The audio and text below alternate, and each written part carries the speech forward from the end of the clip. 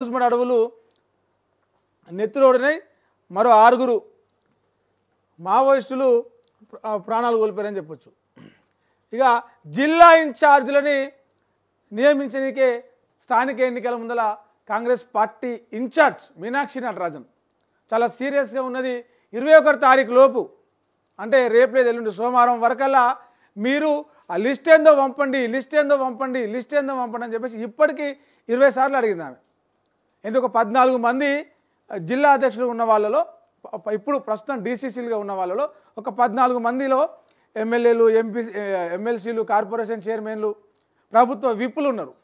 వీళ్ళందరినీ తీసేసి ఆ 14 మంది స్థానంలో కొత్త వారికి యూత్కి పార్టీ లైన్ మీద పనిచేస్తూ సీరియస్గా ఉన్న వాళ్ళకి అవకాశం ఇవ్వాలని చెప్పేసి ఆమె చెప్తా ఉంది. దాంతోపాటు మిగిలిన జిల్లాలలో కూడా దాదాపు 30-31 జిల్లాలలో డీసీసీ అధ్యక్షులు అందరినీ మారిస్తే కొత్త వాళ్ళకు అవకాశం ఇస్తే స్థానిక ఎన్నికల్లో పాజిటివ్ రిజల్ట్ వచ్చేలాగా పని చేస్తుందని చెప్పేసి ఆమె ప్లాన్. అందుకే 21 తారీఖు లోపు మీరు జాబితా పంపురి, ఈ నెలాఖరులోగా డీసీసీ అధ్యక్షుల పదవులను భర్తీ చేస్తాం, పార్టీ పదవులు భర్తీ చేస్తామని చెప్పేసి జిల్లా ఇన్ఛార్జ్లోని మీనాక్షి నటరాజన్ ఆదేశించింది. ఒకసారి చూద్దాం. కాంగ్రెస్ పార్టీ జిల్లా మండల గ్రామ కమిటీల కార్యవర్గం ప్రకటించేందుకు జాబితాలను పీసీసీకి ఈ నెల 21 లోపు పంపించాలని చెప్పేసి ఉమ్మడి జిల్లా పార్టీ ఇన్ఛార్జీలను రాష్ట్ర వ్యవహారాల ఇన్ఛార్జ్ మీనాక్షి నటరాజన్ ఆదేశించారు. ఉమ్మడి జిల్లా ఇన్ఛార్జీలతో శుక్రవారం ఆమె జూమ్ మీటింగ్లో పాల్గొన్నారు. అర్హులైన పార్టీ కార్యకర్తల పేర్లను సిఫార్సు చేస్తూ ఆ జాబితాను జల్దీ పంపించండి. ప్రతి కమిటీలో ఎస్సీ, ఎస్టీ, బీసీ, మైనార్టీ, ఒక మహిళ. ఎంత ప్లాన్డ్ కన్స్ట్రక్షన్ చూడండి. పార్టీ కన్స్ట్రక్షన్ అంటారు కదా, పార్టీ నిర్మాణం. ప్రతి కమిటీలో ఎస్సీలు ఉండాలి, ఎస్టీలు ఉండాలి, బీసీలు ఉండాలి, మైనార్టీలు ఉండాలి, మహిళలు కూడా ఉండేలాగా మీరు ఆ పేర్లను సిఫార్సు చేస్తూ ఆ పేర్లను పంపండి.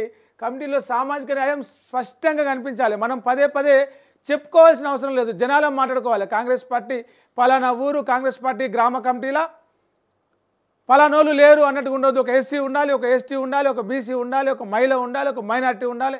అందరినీ పార్టీలో భాగస్వామ్యం చేస్తే అన్ని వర్గాల ప్రజల నుంచి మనకు మద్దతు లభిస్తుంది. అన్ని వర్గాల ప్రజల ఓట్లు మనకు ఓటు బ్యాంకుగా మారుతాయి అని చెప్పేసి ఆమె ఈ లిస్టు పంపే క్రమంలో జిల్లా ఇన్ఛార్జీలకు సూచనలు చేస్తూ ఉన్నది. కాంగ్రెస్ అంటేనే సామాజిక న్యాయం అని చెప్పుకోవడం కాదు, కమిటీలను చూస్తే ప్రతి ఒక్కరికి అర్థం కావాలి అని చెప్తా ఉన్నది. 2017కు ముందు పార్టీలో 2017కు ముందు నుంచి పార్టీలో ఉన్న కార్యకర్తలు నాయకులకు మొదటి ప్రాధాన్యం ఇవ్వండి. అంటే దాదాపు 7-8 ఏళ్ళుగా 10 ఏళ్ళుగా పార్టీలో పనిచేస్తున్న వాళ్ళకి ఫస్ట్ ప్రిఫరెన్స్.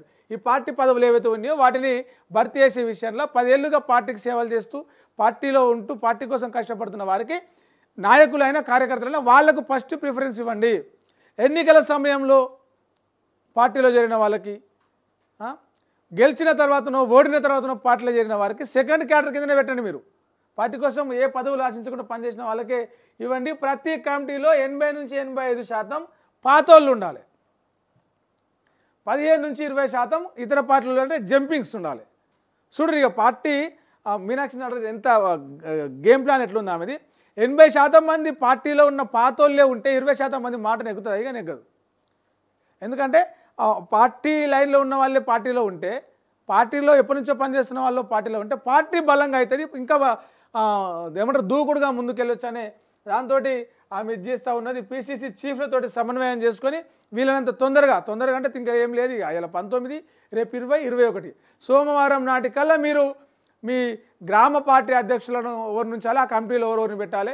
మండల పార్టీ అధ్యక్షులను ఎవరెవరిని పెట్టాలి, ఆ కమిటీలో ఎవరెవరు ఉండాలి.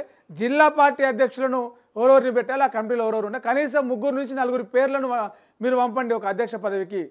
అంటే ఆల్టర్నేట్ ఉండేలాగా ఫిల్టర్ చేసే అవకాశం ఉండేలాగా పంపండి అని చెప్పేసి మీనాక్షి నటరాజన్ పార్టీ జిల్లా అధ్యక్షులకి ఒక ఆదేశాలు జారీ చేసింది.